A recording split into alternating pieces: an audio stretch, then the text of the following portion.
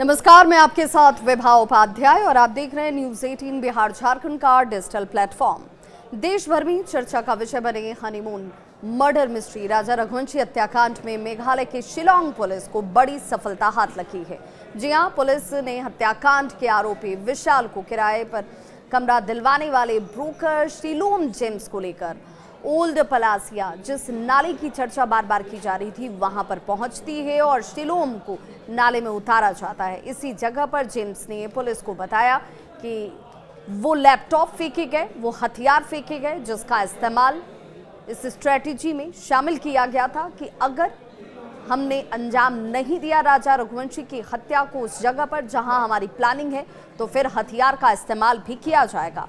यानी इस पूरे हत्याकांड में सोनम की तरफ से कई तरीके की प्लानिंग की गई थी।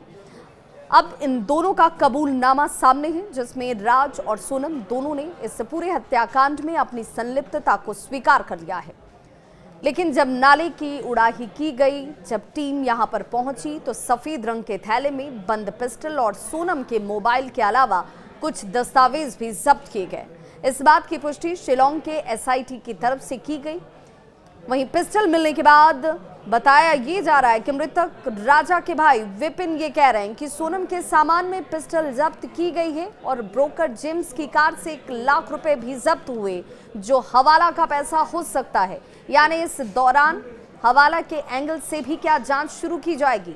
विपिन ने इस बात की भी शंका जाहिर की कि सोनम ने राजा की हत्या के लिए प्लान सी भी तैयार रखा था। वो सेल्फी पॉइंट से धक्का देने में अगर कामयाब नहीं हो पाती, तो उसे राजा के 3 दोस्तों से हत्या करवाने की भी प्लानिंग थी।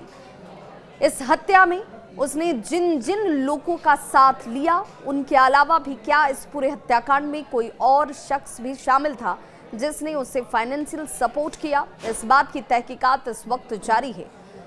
हालांकि अब पिस्टल और लैपटॉप दोनों ही पुलिस के हाथ लग चुके हैं और इस लैपटॉप को लेकर अब पुलिस तहकीकात में जुट गई है।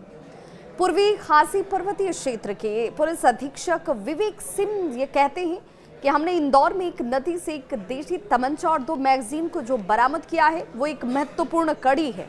इससे पहले इंदौर में एक कार में रखे बक्से से 50,000 रुपए नकद भी बरामद हुए थे। इंदौर में एक पुलिस अधिकारी का ये भी बयान आया कि इस हथियार को अन्य सामान के साथ इंदौर के उस फ्लैट से गायब किया जाने का संदेह है, जिसमें राजा रघुवंशी की पत्नी सोनम हत्याकांड को अंजाम देने के बाद मेघालय से फरार होने के बाद कई दिन तक वो वहां रुकी थी। सोनम उसके कथित प्रेमी राज कुशवाहा और उसके दोस्तों विशाल चौहान, आकाश राजपूत और आनंद कुर्मी को व्यापारी की हत्या की साजिश रचने के आरोप में गिरफ्तार किया गया। रघुवंशी ने 11 मई को इंदौर में सोनम से शादी की और 20 मई को हनीमून के लिए वो मेघालय पहुंचे। 23 मई की तारीख जब शिलांग से लगभग 65 किलोमीटर दूर सोहरा में वो लापता हो गए और 2 जून को शक्त विक्षत स्थिति में शव झरने के पास खाई से बरामद किया गया। इंदौर में एक नदी से एक देसी तमंचा और 2 मैगजीन की बरामदगी। अधिकारियों का ये कहना कि इससे पहले एक कार में जब 50,000 रुपए नकद भी बरामद हुए थे, तो ये कड़ी आपस में जुड़ी हुई थी और ये साबित हो रहा था कि इस पूरे हत्याकांड में प्लानिंग कई स्तरों पर की गई थी। और अब जिस नार्को टेस्ट की मांग परिवार के लोग कर रहे हैं, अब उसकी कोई जरूरत नहीं, क्योंकि सोनम और राज रघुवंशी ने अपने बीच रिलेशनशिप को स्वीकार किया है और साथ ही हत्याकांड की बात को मान लिया है।